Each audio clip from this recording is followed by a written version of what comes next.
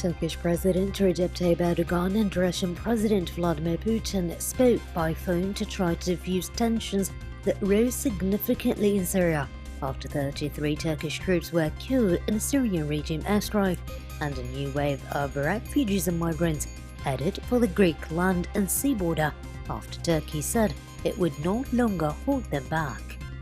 The attack Thursday marked the deadliest day for the Turkish military since Ankara first entered the Syrian conflict in 2016, and also was the most serious escalation between Turkish and Russian-backed Syrian forces, raising the prospect of an all-out war with millions of Syrian civilians trapped in the middle. NATO envoys held emergency talks at the request of Turkey, a NATO member.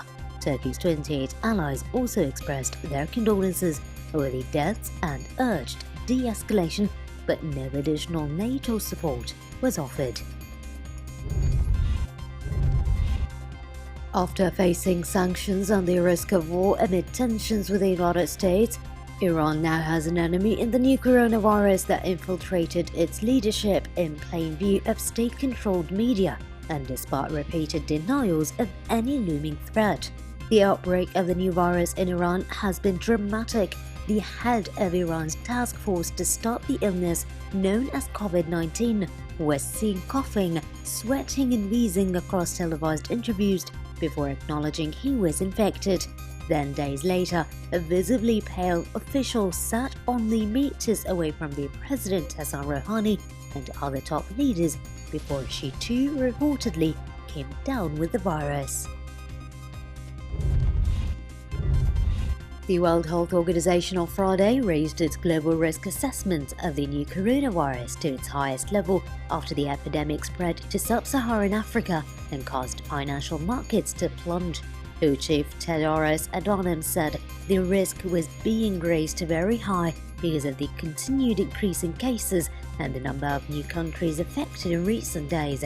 The virus has proliferated around the globe over the past week, emerging on every continent except Antarctica, prompting many governments and businesses to try to stop people traveling or gathering in crowded places.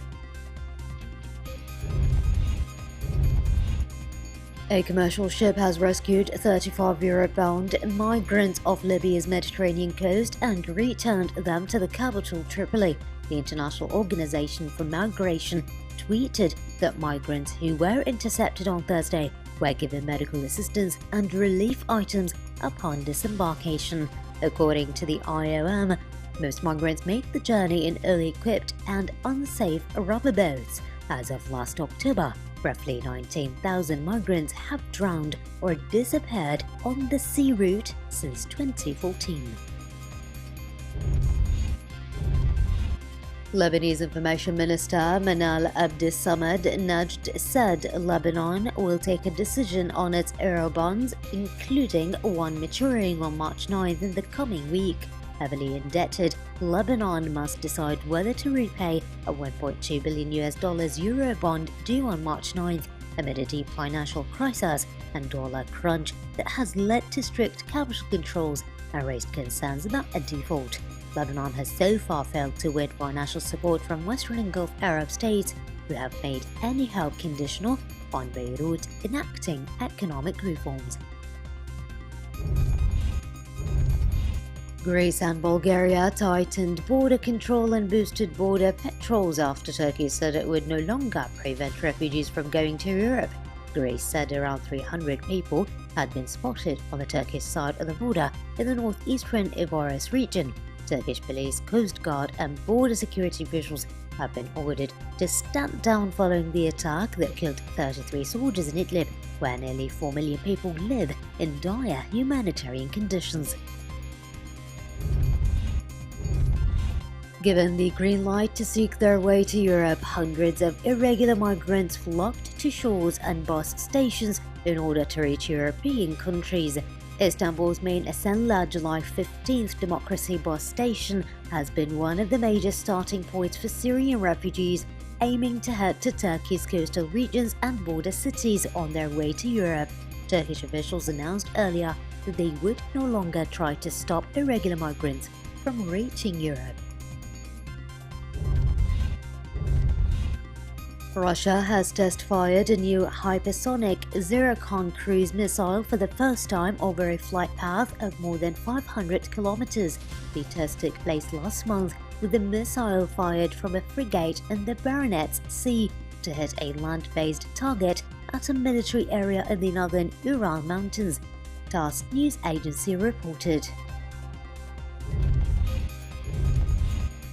Iran closed all schools in the country from Saturday to Tuesday as the death toll from the coronavirus outbreak reached 34.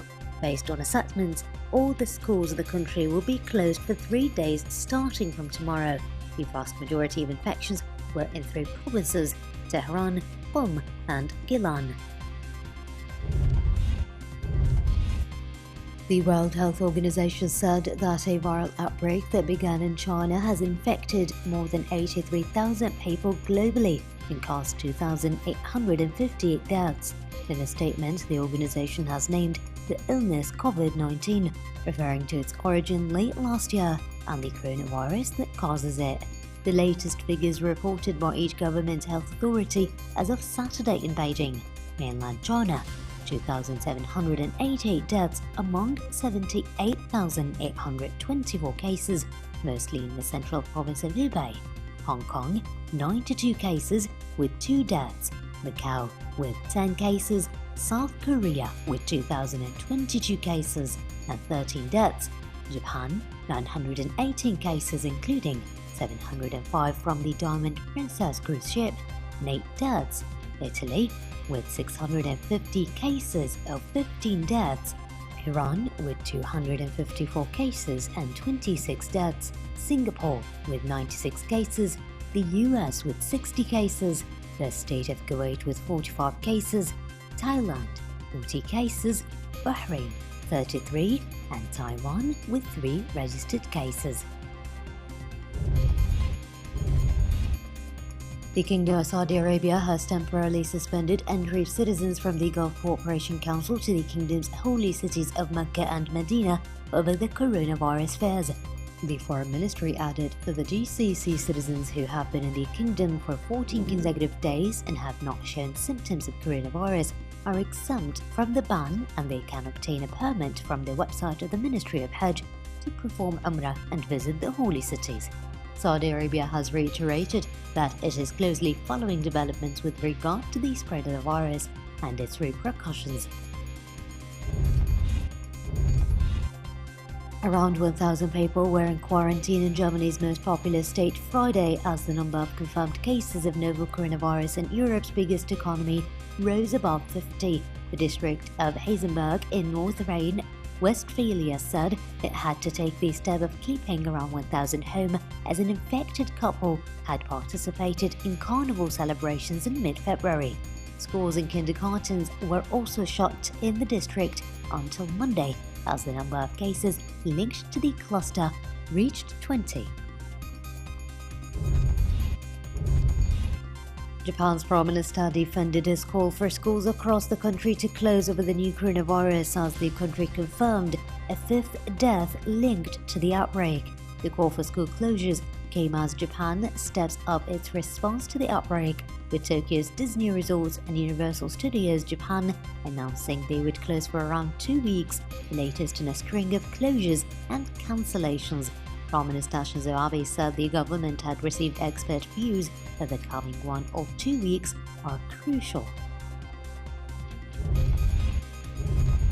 New Zealand Prime Minister Jacinda Ardern told Australia's leader to stop deporting his people and problems to her country in a testy joint public appearance.